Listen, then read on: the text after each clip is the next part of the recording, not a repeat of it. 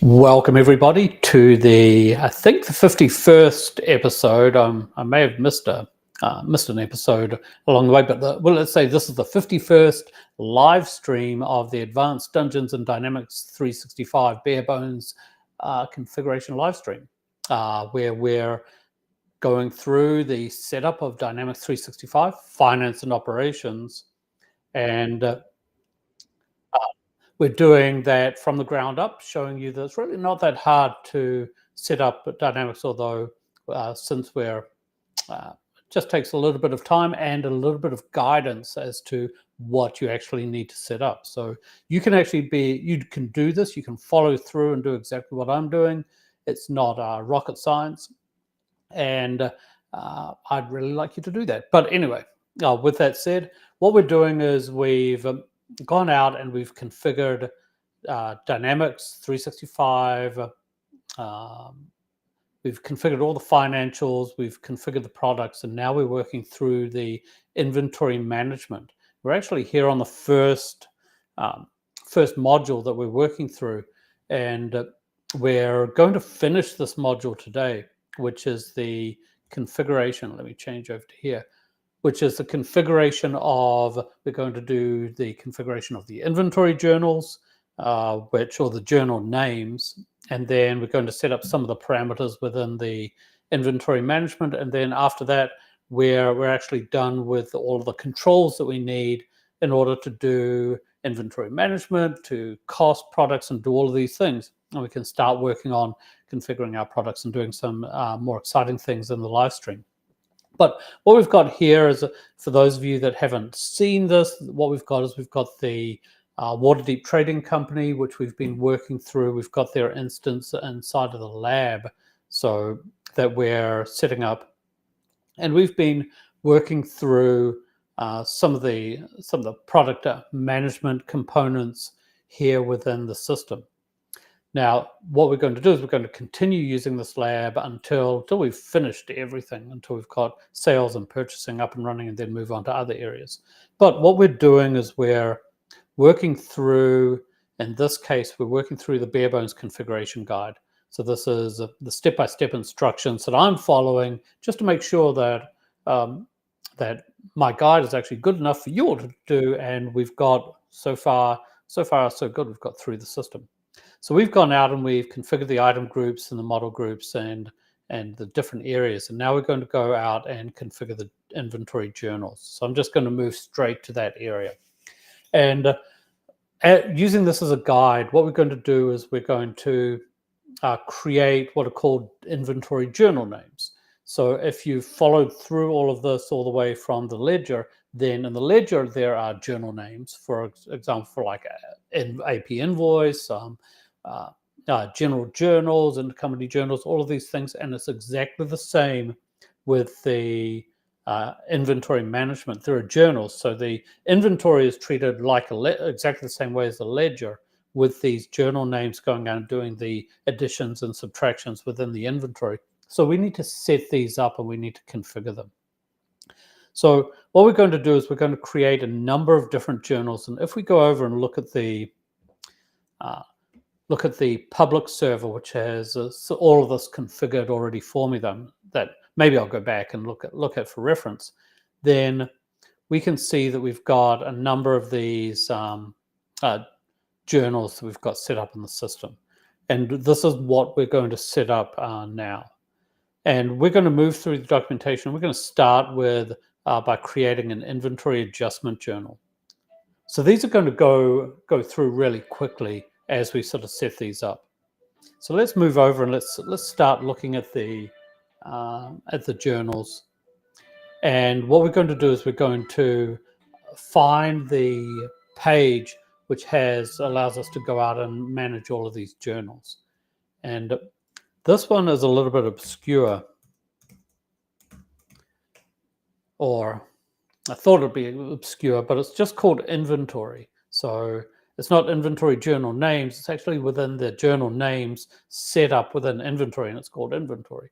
So I did a search on the menu item in the menu search to find this, but we can go over to the inventory management, and then we can go over to the inventory and then the journal names, and we can find the inventory here.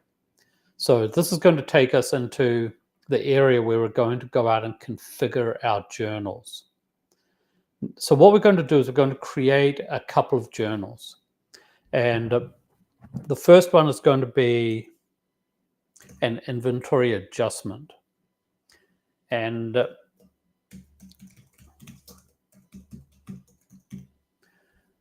so what we're doing here is we're creating sort of a code that we're going to use, that we're going to reference for our transactions. And then this journal is going to be an inventory adjustment.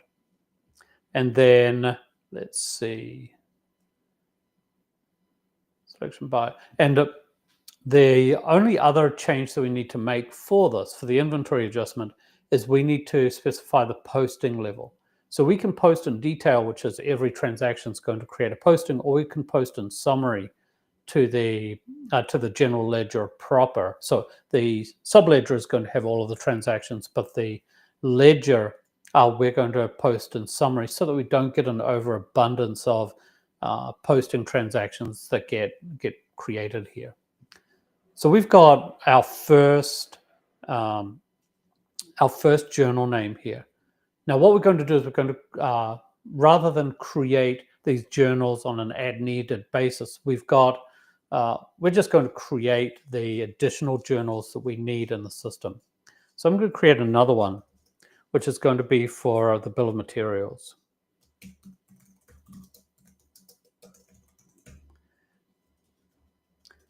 And I'm going to call this bill of materials.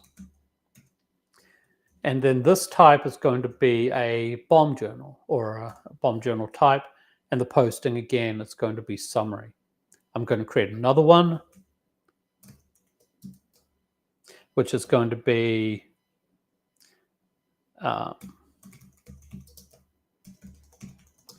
journal. So we're going to have the counting that's specified here. And then this is going to be a counting journal.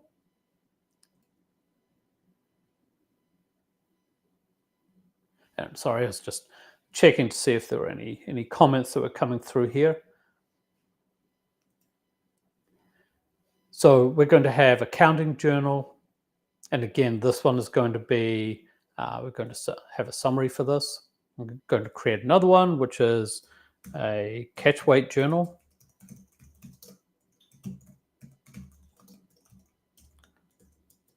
And then, so for, let's see. This is going to be a catch weight. This is going to be a movement. So I'm going to change this. I'm going to have catch weight movement. And what we're going to use this for is we're going to use this for catch weight. So catch weight is when, for example, you've got like a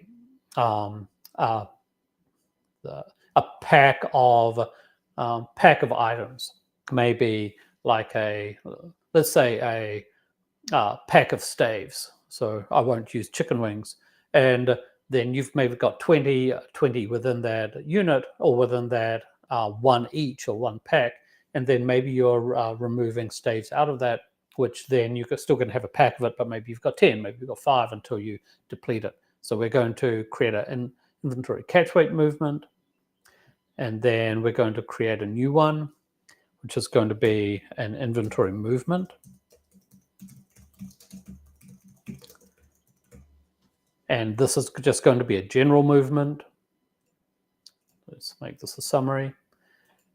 And then inventory transfer. And as you can see, this is pretty repetitive as we're sort of moving through, but I think we've got only 2 more that we've got here. And we're going to create one, which is a project item journal, which is a little bit different from the inventory journals, but we're going to create that anyway since we're here. And then we're going to create one more, which is a inventory tag.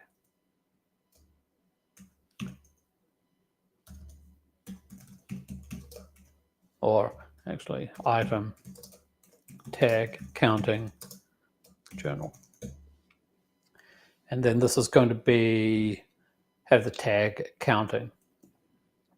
Then this is going to be summary. So what we've got is we've got a number of different transactions or transaction codes that we've created. So I think the only items that we haven't configured is going to be a fixed asset and an ownership change, which we're not going to configure right now because we're not going to configure fixed assets at this point.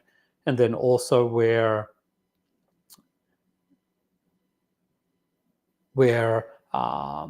not going to use the ownership change, which is part of warehouse management, just for now. So now what we've got is we've got all of our inventory movement journals that we've got set up in the system. So this completes sort of that configuration. So now we're going to move to the last step of this this configuration group, and what we're going to do is we're going to configure the inventory warehouse parameters, or the inventory and warehouse parameters.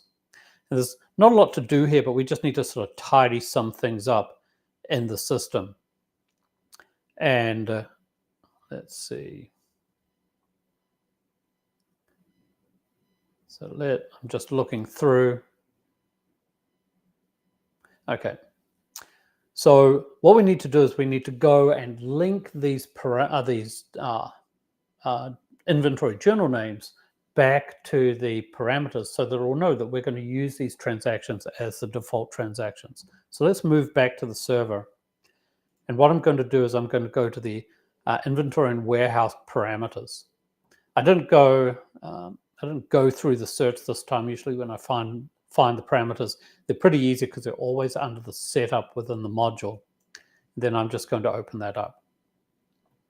So now what now we're going to sort of tidy things up a little bit, and we'll look through some of these items and then maybe make a couple. We'll work through this page and maybe add some more items along the way. But if we follow the instructions, then when we go into the journals, then what we've got is we've got some default journals names that we're using for these inventory transactions. So I want to make the movement a movement journal, the inventory adjustment an adjustment journal. Notice that the other transactions, the journal names don't show up because of the name and the purpose that we've assigned to these journals. So we've got a transfer, we've got a counting journal, we've got a bill of material journal here, tag counting,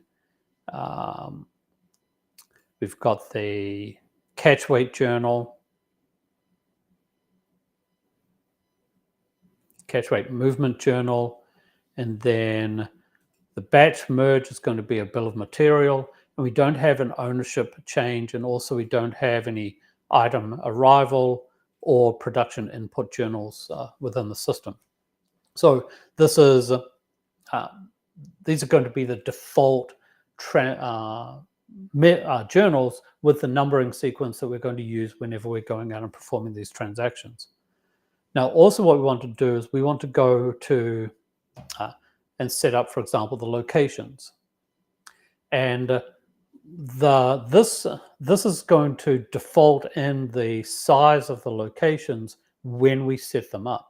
So if you think about if we've got shelves and if we have a set volume or that we're specifying for this, then this is going to be the default space that we have like on a shelf.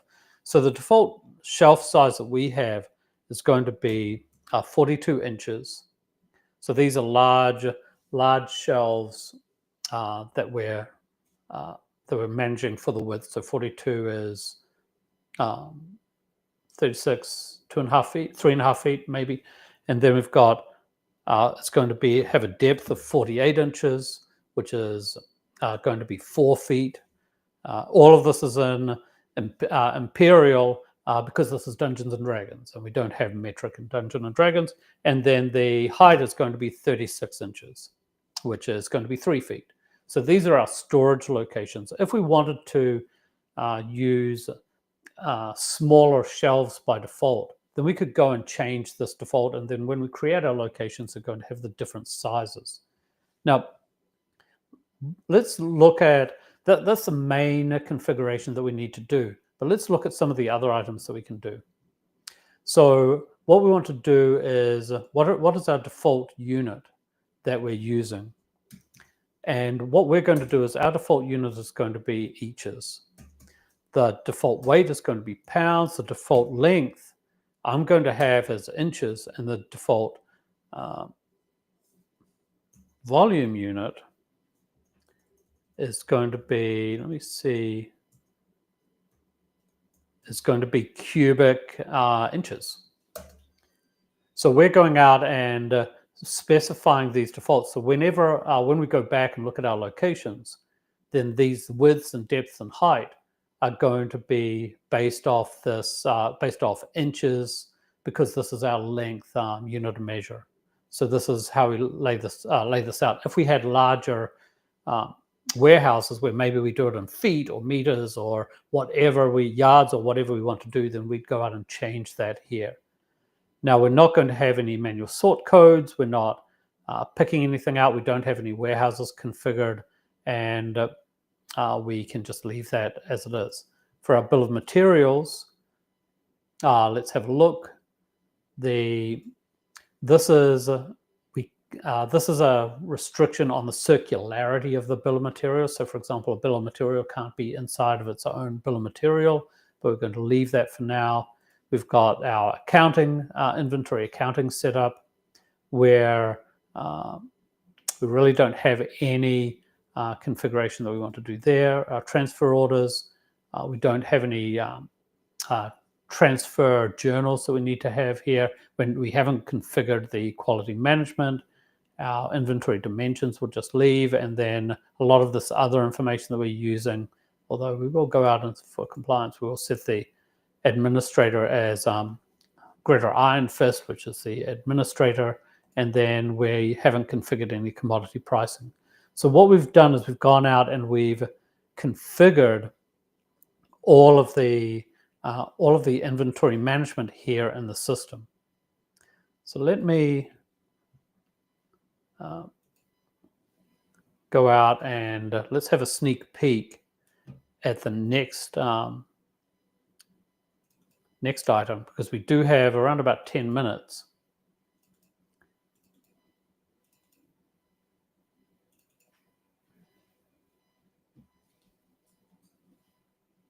Okay.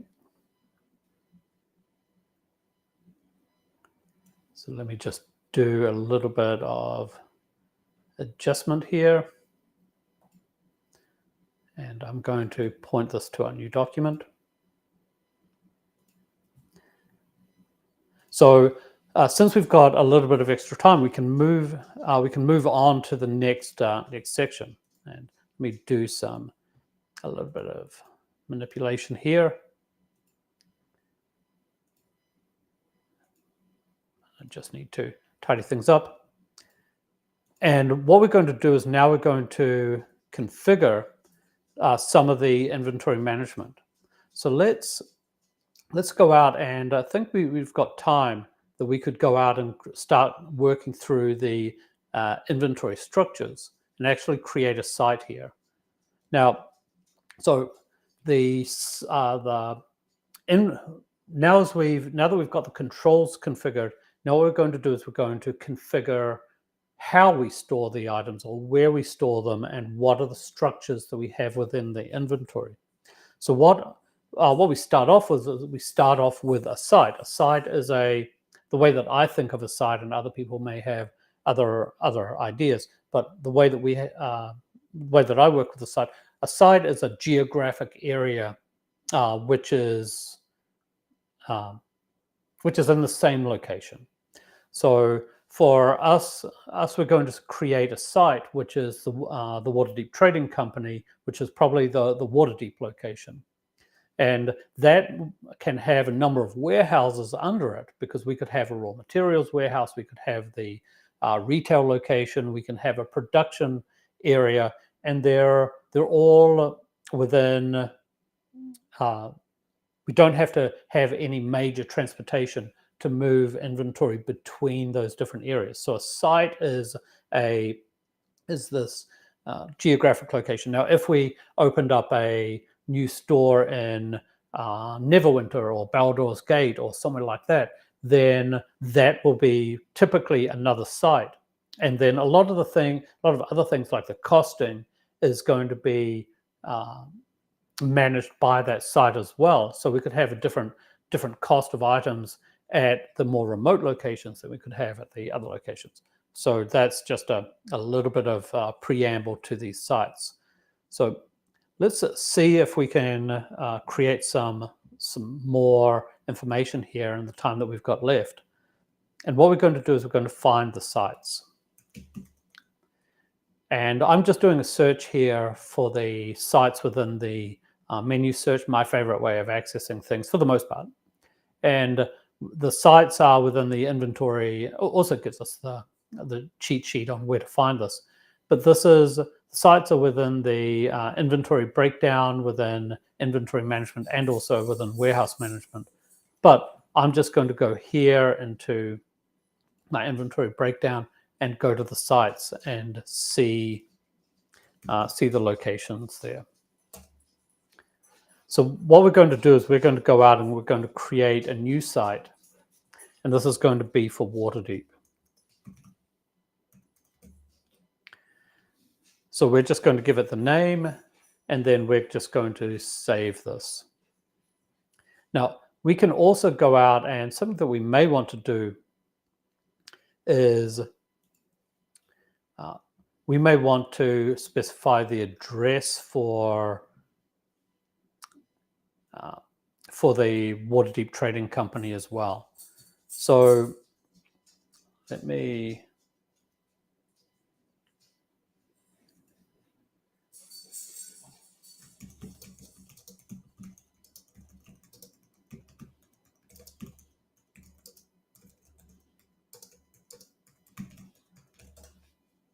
So I'm just looking through the documentation because I don't have an address specified here in the documentation.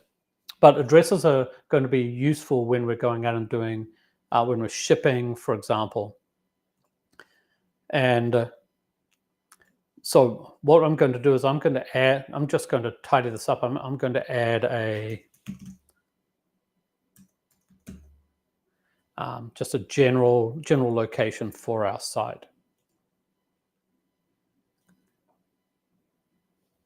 I'm just going to move my screens around a little bit. So, and the system's gone out and it's found the... Okay. So our address for our Waterdeep site is going to be in Faerûn. It's going to be, the zip code is going to be 01 Waterdeep. And then the location is apparently 27 Fish Gutter Lane in the Dock Ward within Waterdeep, and this is a primary location. So now what we've got is we've got a location associated with our warehouse. So if we look at that, we've now got our site configured, and we're going to finish off today by going out and creating a warehouse for our Waterdeep location as well. And we're going to start by creating our storage warehouse. So this is going to be just the general warehouse that we use. So we've got our site, and now we're going to go and find the warehouses.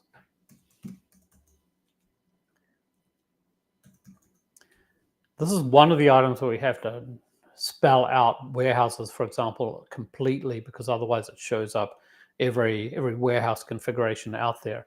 And so this is, again, within the inventory breakdown. And then I'm going to go into the warehouses, and I'm going to create a new warehouse. And this is going to be the water deep store. Let's make this water deep warehouse.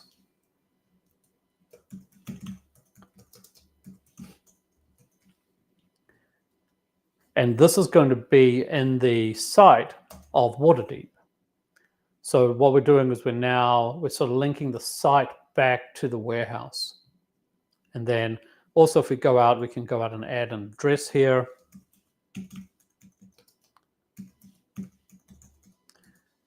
And this is going to be in 01 Waterdeep.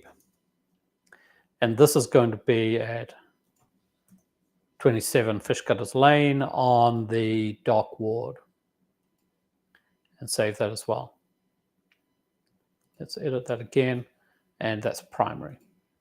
So if we have we're probably not going to have a retail location in the dock ward. We're probably going to have a retail location somewhere else, but it's still going to be within the same site.